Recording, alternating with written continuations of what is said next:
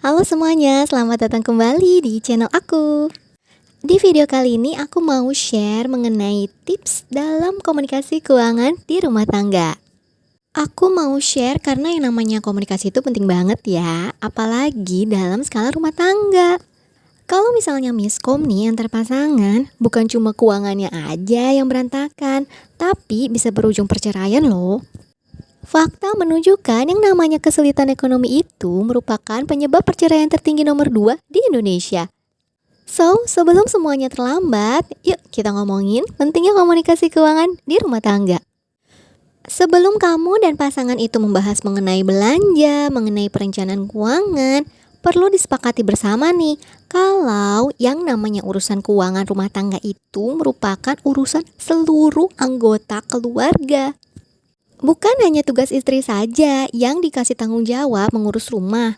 Dan bukan juga itu otoritas suami doang. Meskipun dalam kondisi ini ya, misalnya si suami merupakan pemberi tunggal. Jadi kita sepakatin dulu ya, yang namanya keuangan keluarga itu adalah urusan bersama. Good. Oke, kita masuk ke tips komunikasi keuangan rumah tangga yang sehat. Yang pertama, suami istri harus kompak.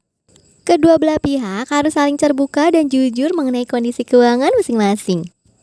Termasuk di dalamnya mengenai tujuan-tujuan finansial yang mau dilakukan. Misalnya istri mau buka usaha catering nih dari rumah, atau suami yang mau melanjutkan pendidikannya ke jenjang S2. Suami istri juga harus kompak dalam pembagian tanggung jawab yang perlu dilakukan. Misalnya baik suami maupun istri memiliki pekerjaan dan penghasilannya masing-masing. Di sini perlu kekompakan mengenai tujuan dari penghasilan masing-masing. Misalnya, penghasilan suami digunakan untuk membiayai kebutuhan sehari-hari, sementara penghasilan dari istri digunakan untuk membiayai sekolah anak. Atau bisa juga sebaliknya, yang penting terbuka dan saling kompak ya. Tips yang kedua, libatkan anak-anak dalam pengelolaan keuangan.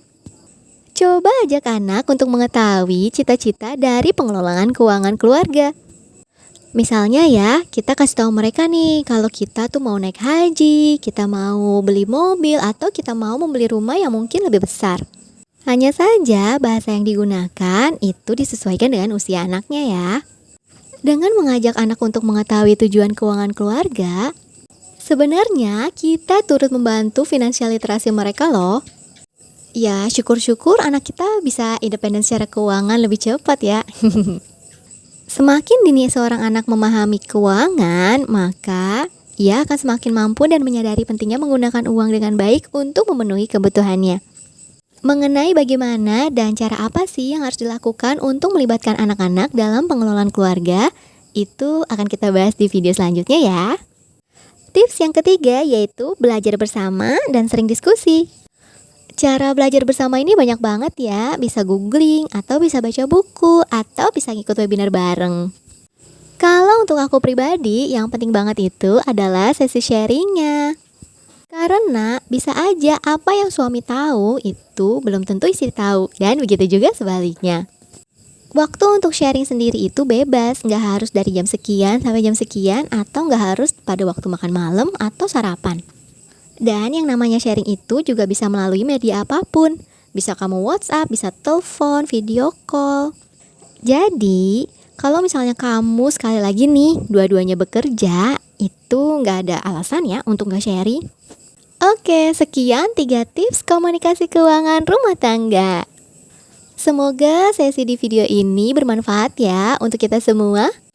Terima kasih banyak buat kamu yang udah dengerin sampai sini. Dan jangan lupa subscribe, like, dan kasih komentar yang positif. See you in my next video. Bye-bye.